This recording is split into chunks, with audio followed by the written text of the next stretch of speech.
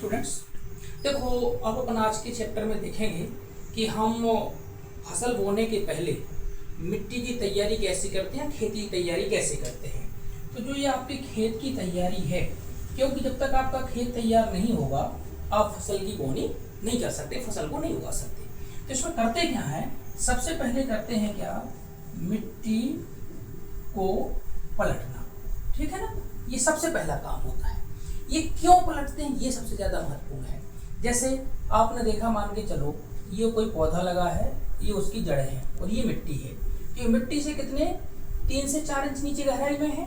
तो होगा क्या कि ये पौधा जो पोषक तत्व प्राप्त करेगा, तो जो ये नीचे मिट्टी है ना 3-4 इंच, यहाँ पर जो मिट्टी है उससे क्या करेगा, ये पोषक तत्व ग्रहण कर लेगा।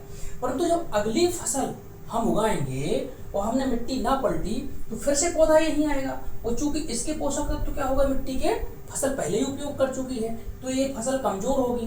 तो जब हम मिट्टी पलटते हैं तो ये वाली मिट्टी आ जाती है ऊपर, ठीक है ना, जहां से पोषक तत्व प्राप्त किए थे, और जो ये ऊपर वाली मिट्टी है ये चली जाती है नीचे। तो यहाँ से फिर से नई मिट्टी तैयार हो जाती है कि अगली फसल जो होगी फिर से पोषक तत्व यहाँ से प्राप्त कर सकेगी। एक दूसरा, जब हम इसको पलटते हैं तो यहाँ पर पानी जाने के लिए जगह बन जाती है, हवा जाने के लिए जगह बन जाती है, और दूसरी बात, इसकी जड़ों में जो सूक्ष्मजीव रहते हैं, यदि मिट्टी खोखली होती है तो उसमें सूक्ष्मजीव आसानी से वृद्धि कर लेते हैं। तो इसलिए मिट्टी को हम 3-4 कारणों से पलटते हैं। पोषक तत्व मिल जाते हैं अगली फसल को, वहां पर श्वसन करने के लिए वायु मिल जाती है जड़ों को, तीसरा वहां पर हवा पहुंच जाती है, चौथा वहां पर पानी जो सिंचाई करते हैं वो पानी पहुंच जाता है, और वहां पर सूक्ष्म जीवों को रहने के लिए जगह हो जाती है। अब बात यह है कि मिट्टी को पलटने के लिए कौन कौन से उपकरण हैं। यदि हम थोड़े से प्राचीन समय में जाएं तो 2 उपकरण चलते थे। एक को बोलते थे आपका बखर और एक को बोलते थे हल। तो बखर जिसको बोलते थे वो होता क्या था, वो हल्की मिट्टी को पलटता था, मतलब 4 से 5 इंच जो मिट्टी है उसको पलटता था। एक ऐसी पांस होती थी, वो ऐसी जमीन में गई, बैलों से खींचा जाता था तो नीचे की मिट्टी ऊपर आ गई। यदि हम इसका वर्तमान स्वरूप देखें तो इसको आप देख सकते हैं कल्टीवेटर। आपने कल्टीवेटर देखा है ना, कि जब वो मिट्टी में इतना जाता है 4-5 इंच गहरा, वो मिट्टी को पलट देता है। तो वो काम पहले कौन करता था, बखर करता था। और एक और है हल। हल में एक ऐसा कुशिया लगा रहता है, ये गहराई से जोतता है मिट्टी को, गहराई से पलटता है। और यदि इसका हम फॉर्म देखें, नया फॉर्म देखें, नया स्वरूप देखें, उसके बदले में क्या आया उसको देखें, तो इसको अपन बोल सकते हैं पिलाऊ।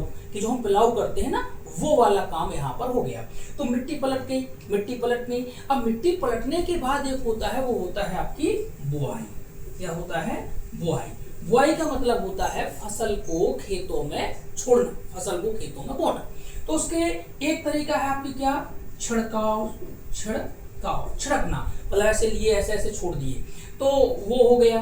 दूसरा आपका क्या होता है, अगर हम पहले थोड़ा सा प्राचीन समय में जाएं, तिफन हुआ करती थी, तिफन। उसमें ऐसे 3 फन हुआ करते थे, उसमें 2 लोगों की आवश्यकता पड़ती थी। एक ऐसे सीधे पकड़ के जब बैल खींचते तो उसको सीधे पकड़े रखता था, एक आदमी ऐसे दाने उसमें छोड़ता जाता था, एक दाना इसमें गया, एक इसमें, ऐसे अल्टरनेट जाते रहते थे, तो फिर वो क्यारी में बन जाते थे, वो क्यारी जैसे बन जाते थे। अगर हम नई बात करें तो आपने सीड ड्रिल नाम सुना होगा, देखी भी होगी। तो जैसे सीड ड्रिल में बोनी होती है ना, ठीक वैसे काम हुआ करता था तिपन से। अब कुछ एक तरीके और भी हैं, जैसे आपने धान देखा होगा, इसका रोपा, पहले इकट्ठी धान लगा ली जाती है, फिर खेतों में क्या करते हैं, ऐसे एक पेड़ करके रोपित कर देते हैं। आपने देखा होगा टमाटर, टमाटर का जिसको अपन बोलते हैं ना, क्यारी लगाई जाती है, थरे लगाए जाते हैं, वो है। अब 2 काम तो अपन ने पहले देख ली थी, एक बखर से हम पलटते हैं, एक हल से। एक और है, जब सब्जी उगाई जाती है तो कुदाली से भी मिट्टी को पलटा जाता है, ऐसे खोद देते हैं तो मिट्टी ऊपर आ जाती है।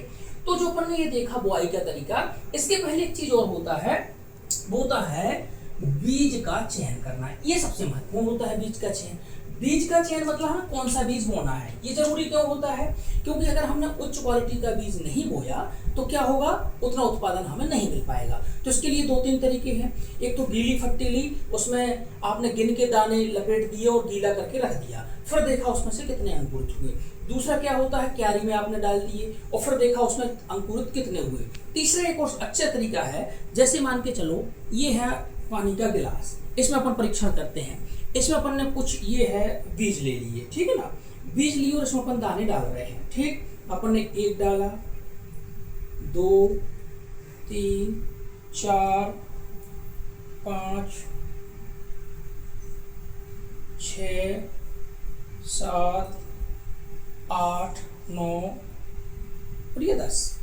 ये 10 दाने डाले थे, आप देख पा रहे हैं। ठीक, इनमें से आप देख रहे हैं कि 8 तो नीचे जम गए, परंतु 2 क्या है इसकी सतह पर तैर रहे हैं। इसका मतलब अगर हम लगाएं हिसाब तो आता है कि 80% इसका जो है बीज है वो जर्मिनेट हो जाएंगे, पौधों के रूप में परिवर्तित हो जाएंगे। तो इस बीज को अपन अच्छा बीज मानते हैं। मान के चलो अगर 6 तैर रहे होते तो अस्वस्थ बीज होते हैं जो तैरते हैं, उनमें अंकुरण की संभावना बहुत कम होती है। ऐसी स्थिति में क्या होता है, या तो हम उस बीज की बोनी नहीं करते, या फिर ये होता है कि उसको अधिक मात्रा में बोया जाता है जिससे हमारी फसल अच्छे से अंकुरित हो जाए। तो जब ये हम परीक्षण कर लेते हैं, चाहे पट्टी में लपेट कर हो, चाहे क्यारी में हो, और जब हम स्वस्थ बीज की पहचान कर लेते हैं उसके बाद हम उसकी बोनी करते हैं।